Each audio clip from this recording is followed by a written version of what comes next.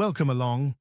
In this first outcome, we're getting to grips with something every computer user needs, but few are ever taught properly: keeping your digital files organized so you can actually find them again when you need them. So what are we aiming for here?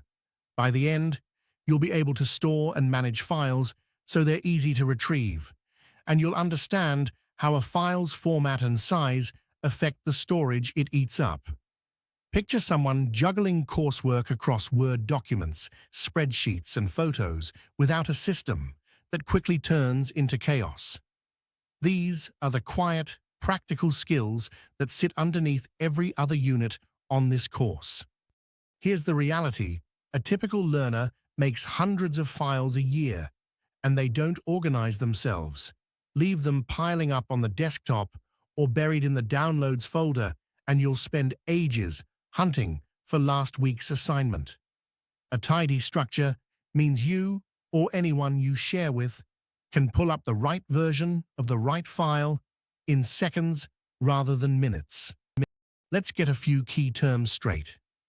A file is a single stored item, a document, an image, a spreadsheet, identified by its name and its extension. A folder, also called a directory, is simply a container that groups related files together. The file path is the full address that pinpoints where a file sits on the machine, and the extension is those few letters after the dot, like .docs or .png, that tell the computer which program should open it. The heart of good organization is a sensible hierarchy, folders and subfolders that mirror how you actually work. A neat trick is to number them 0, 1, 0, 2, and so on, so they sort in the order you want rather than alphabetically. Keep an archive folder for the old versions you don't touch daily, and resist the temptation to dump everything loose on the desktop, because that simply doesn't scale. A naming convention is just an agreed pattern for naming files so they're consistent and describe themselves. A good habit is to build the name from the content, a version number, and a date. Something like report underscore V03 underscore 2026-02-14. Use the international date order, year, then month, then day, and your files sort themselves neatly. And please, retire names like final, final 2, and really final. A version number does that job far better. Let's make that concrete with a few before and afters. A file called doc1.docx tells you nothing, whereas customer letter underscore V01 underscore the date tells you exactly what's inside. Photo.jpg leaves you guessing which photo, but logo underscore master is unmistakable. The golden rule is that a good file name should tell you what's inside without you having to open it. Here's a simple 5-step routine you can lean on. First, plan the top-level folders you need, by unit, project, or type. Then create your numbered folders. Rename each file using the convention and sort everything into its proper home, deleting any true duplicates as you go. Finally, maintain it. Archive the old stuff and run through the routine again every so often so it never drifts back into a mess. Once things are organized, retrieval becomes almost effortless. You can sort a folder by name, date modified, type or size to surface what you want, and the search box with a wildcard, say budgetstar.xlsx, will pull up every matching file at once. Tags or keywords let you find things by topic rather than by name, and pinning your busiest folders to quick access or favorites gives you one-click retrieval. Picture a learner with 60 files dumped in one downloads folder who simply can't find last week's assignment. They create 4 folders: 01 assignments, 02 notes, 03 images, and 99 archive, then rename the assignment so it's unmistakable and move everything into place. What used to be 10 minutes of frantic scrolling becomes a 5-second search. Less stress, nothing lost, and an obvious home for every new file. Now, organizing is only half the battle. Your files also have to survive. Version control means keeping numbered copies so you can step back to an earlier draft if you need to. A well-known safety net is the 3-2-1 rule. Keep 3 copies on 2 types of media, with 1 kept off-site or in the cloud. Services like OneDrive or Google Drive sync your work and keep a version history automatically, so remember, a file is only truly safe to retrieve if it's actually backed up. It's worth weighing up local storage against the cloud because they pull in different directions. Local storage on your own device is fast and works offline, and you hold the physical copy, but it's vulnerable if that device is lost, stolen, or simply dies. Cloud storage lets you reach your files from anywhere, shares easily, and backs itself up, though it leans on an internet connection and a provider account. In practice, most people sensibly use a mix of the two. Now we turn to the second half of the outcome: file format and size.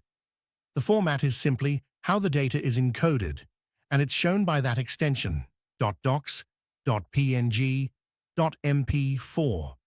Size is how much storage the file uses, measured in kilobytes, megabytes, or gigabytes, and compression shrinks that size by encoding the data more efficiently. There's an important split too. Lossy compression throws away a little detail to shrink further, like a .jpg photo, while lossless keeps every single bit, like a .png or a zip file. Let's get a feel for the units. 8 bits make 1 byte, and 1 byte roughly stores a single character. Then the sizes climb in steps of about 1024 kilobytes, megabytes, gigabytes, terabytes. A short text note is a few kilobytes, a photo, a few megabytes, and a feature film, several gigabytes. Knowing this lets you glance at a file and judge whether it'll fit on a memory stick or slip through as an email attachment. Different jobs call for different formats, and each has its natural home. A plain .txt note is tiny, a .docs report or a .xlsx spreadsheet stays fairly small, while a .jpg photograph or a .png graphic sits in the middle. A .pdf is your fixed, shareable final version, and a .mp4 video is the heavyweight, easily running into hundreds of megabytes or more. Matching the format to the task keeps your storage sensible. So, what actually drives a file's size? The format matters enormously. The same photo is far smaller as a .jpg than as an uncompressed bitmap. The content matters too. Images, audio, and video dwarf plain text, and quality settings like resolution, color depth, and length all push the size up. And watch out for embedded items. Every image you paste into a document quietly adds to its bulk. This is where the assessment really wants you to think. How do format and size affect the storage you need? A device or account only has so much room, so large files fill it faster and slow everything down: opening, copying, uploading, backing up, and many email systems bounce anything over 25 megabytes. Choosing an efficient format can transform things. Saving a 5 megabyte photo at web size might drop it to 300 kilobytes. And zipping a folder groups and shrinks several files at once, handy for storage or for sending. Let's see that play out. A learner wants to email 10 holiday photos, but the originals are 6 megabytes each, 60 megabytes in total, well past the 25 megabyte limit, so the email simply won't send. Resave each one as a web-quality.jpg, and they drop to roughly 400 kilobytes apiece, about 4 megabytes altogether, and they still look perfectly fine on screen. It's a clean illustration of how format choice, file size, and what's actually possible are all tied together. A few good habits keep your storage under control. Delete or archive what you no longer need, and remember to empty the recycle bin, because files sitting there still take up room. Use zip compression for archives and for sending several files together. Park large media in the cloud, and keep only your working files on the device. And it's worth checking free space before you copy something big, so you don't hit a disk-full error mid-task.